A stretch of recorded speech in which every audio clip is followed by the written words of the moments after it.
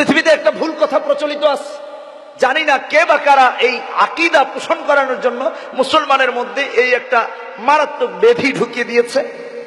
তাদের জন্য এই কথাটা বলছি। প্রায় শুনে থাকবেন মানুষের মুখে মুখে যে 18,000 মাখলুকাত। কথা ঠিক কিনা বেঠিক? বলে 18,000 মাখলুকাত। আরে ভাই, আপনি কোথায় পেয়েছেন আমি জানি না, বাট 18,000 মাখলুকাত এই বক্তব্য কোরআন বিরোধী, আল্লাহর বক্তব্যের বিরোধী।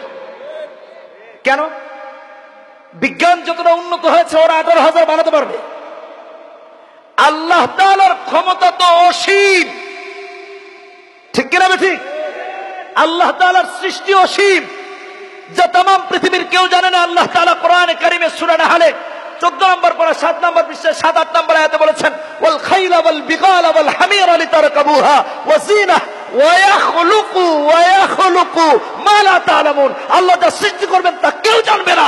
কোথায় পেয়েছেন 18,000? আল্লাহ বলেন জানবেন না। ছোট্ট একটা উদাহরণ দিই। কিছুদিন আগে একটা রোগের ছড়াছড়ি হয়েছে, চিকনগুনিয়া। আল্লাহ বাঁচাইছেন যে চিকনগুনিয়া এত মারাত্মক, যার হয়েছে সে নাকি লড়তেই পারে না। তাহলে মোটা গুনিয়া হইলে কি হইতো আল্লাহ জানে, ঠিক কিনা বেঠিক? চিকনগুনিয়ার 100 নেই নাকি বিছানা থেকে লড়তে পারে না 1 সপ্তাহ 2 সপ্তাহ।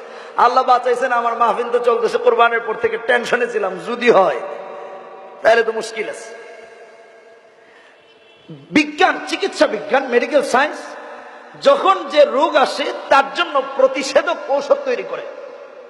আমি ছোট্ট একটা উদাহরণ দিচ্ছি। কোনদিন হয়তো ভাই চিন্তাও করেননি তাম পৃথিবীর আল্লাহর বান্দারা বেঁচে থাকার জন্য ভালোভাবে আল্লাহ তাআলা প্রতিনিয়ত তাদের জন্য যুগোপযোগী সৃষ্টি করতেছে। সুবহানাল্লাহ। ওয়া ইয়াখলুকু মা লা তা'লামুন। আল্লাহ যা সৃষ্টি করবেন আপনি আর আমি জানিও না, করছেন, করবেন। ফাইলে মুজারির সিগা ব্যবহার করছেন। তারপরেও যারা 18,000 মানতে নারাজ আমার এই বক্তব্য, তাহলে তাদের কাছে আমার আরেকটা প্রশ্ন। কোরআনে কারীম খুলে দেখুন, সূরা ইব্রাহিম 34 নম্বর আয়াত। আল্লাহ রাব্বুল ইজ্জাত ওয়াল জালাল সূরা ইব্রাহিমের 34 নম্বর আয়াতে বললেন, ওয়া ইন তাউদ্দু নি'মাতাল্লাহি লা তুহসুহা। যে আল্লাহ তাআলা এত নিয়ামত বানিয়েছেন, কিয়ামত পর্যন্ত যদি গণনা হয় গণে শেষ করা যাবে। আল্লাহ বললেন লা তুহসুহা, আপনি আর আমি গণে বানাইলাম 18,000। এই কথা বলেন না কেন, ঠিক কিনা ঠিক? তাহলে এটা কি কোরআন বিরোধী নয়? কথা বলেন, কোরআন বিরোধী নয়? আল্লাহ তাআলার শক্তিকে সংকীর্ণ করার জন্য এক শ্রেণীর লোক এগুলো করতেছে।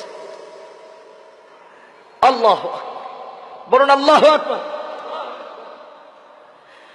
ভাইরা আমার, বন্ধুরা আমার, কোরআনে কারীম যে জ্ঞান বিজ্ঞানের উৎস, আবিষ্কারক, সৃষ্টিকর্তা, উদ্ভাবক, আল্লাহ পাক কোরআনে কারীমে আরো অনেক আয়াত উল্লেখ করেছেন।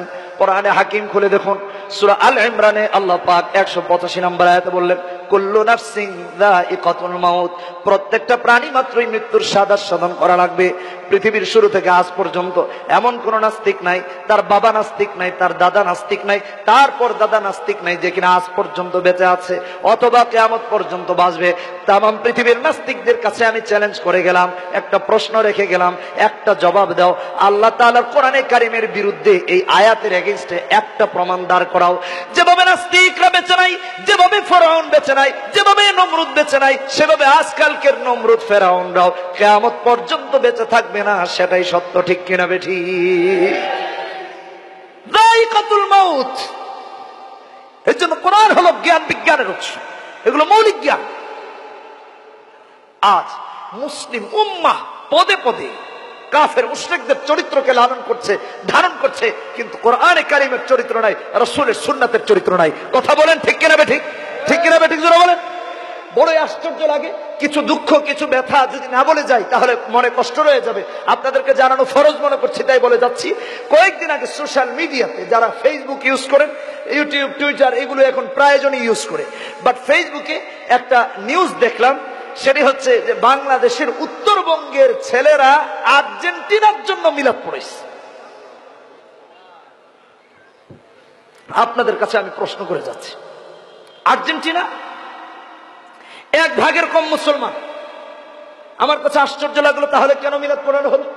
মানে দুয়ার আয়োজন করা হয়েছে আর্জেন্টিনাকে বাঁচানোর জন্য। আমি ওটা পড়তে পড়তে এক পর্যায়ে রিপোর্টে দেখলাম যে ওটা ছিল আর্জেন্টিনার বিশ্বকাপে ওঠার বাছাই পর্বের শেষ ম্যাচ। যদি জিততে পারে তাহলে বিশ্বকাপ খেলতে পারবে, নয়তো বা এবারের বিশ্বকাপ থেকে বাদ পড়বে। আমার বক্তব্য সেটি নয়। আমার বক্তব্য হচ্ছে মুসলমানের সন্তানরা, মুসলমান যুবক যে কিনা কালেমা পড়েছে, সে একটা ইহুদি রাষ্ট্রকে বিজয়ী করার জন্য মিলাপ করছে, অথচ রাসূলের সুন্নাত আদায়ের চুল পরিমাণ চেষ্টা করতেছে না। ঠিক কিনা বেঠিক?